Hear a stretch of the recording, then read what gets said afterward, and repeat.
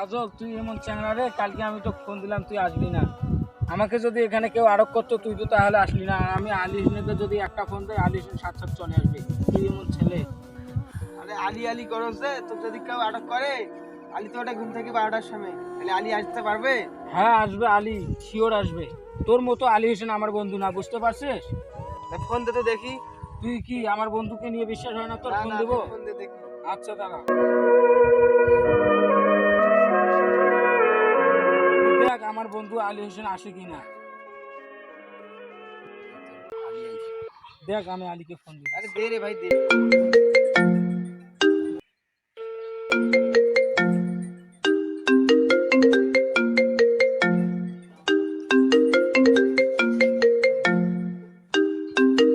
Hello বন্ধু, কই আসস? আমি বাসায় আছি। আমাকে তো কয়েকটা ছেলে ব্রিজের পরে আটকাইছে, তুই আয় তাড়াতাড়ি আয়। কই আটকাইছে বন্ধু, কই আটকাইছে?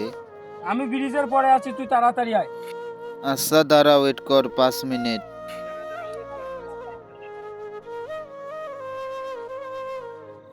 দেখ আমার বন্ধুকে ফোন দিলাম, দেখ তুই 5 মিনিটের মধ্যে আসে কিনা। শিওর আসবে 5 মিনিটের মধ্যে। আর ভাই দেখি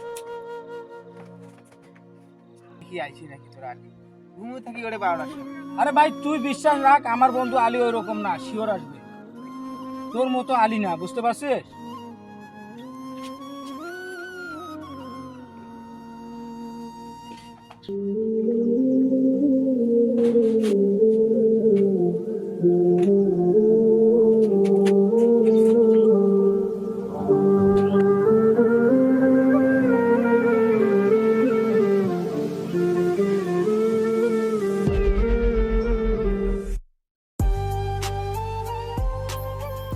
বন্ধু আলী কই? আলী তো এখনো নাই, ঘুম থেকে 12টার সময় ওঠে। ওই দেখ চলে যাচ্ছে।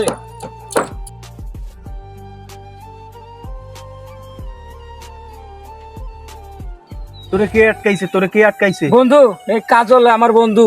এই বন্ধুত্বর পরীক্ষা চাইছিল, আমাকে কেউ এখানে আটক করলে তুই আসিস কিনা, তাই আমি পরীক্ষাটা দিছি। বন্ধু এইভাবে কোনোদিন ডাকে রে বন্ধু রে? তোর যদি কিছু হইতো আমি বাঁচতাম না বন্ধু। বন্ধু ভুল হয়ে গেছে বন্ধু।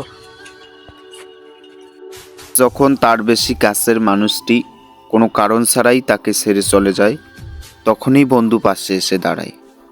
এবং মিথ্যাটাই আজকের দুনিয়ায় সবচেয়ে বেশি মূল্য দেয়।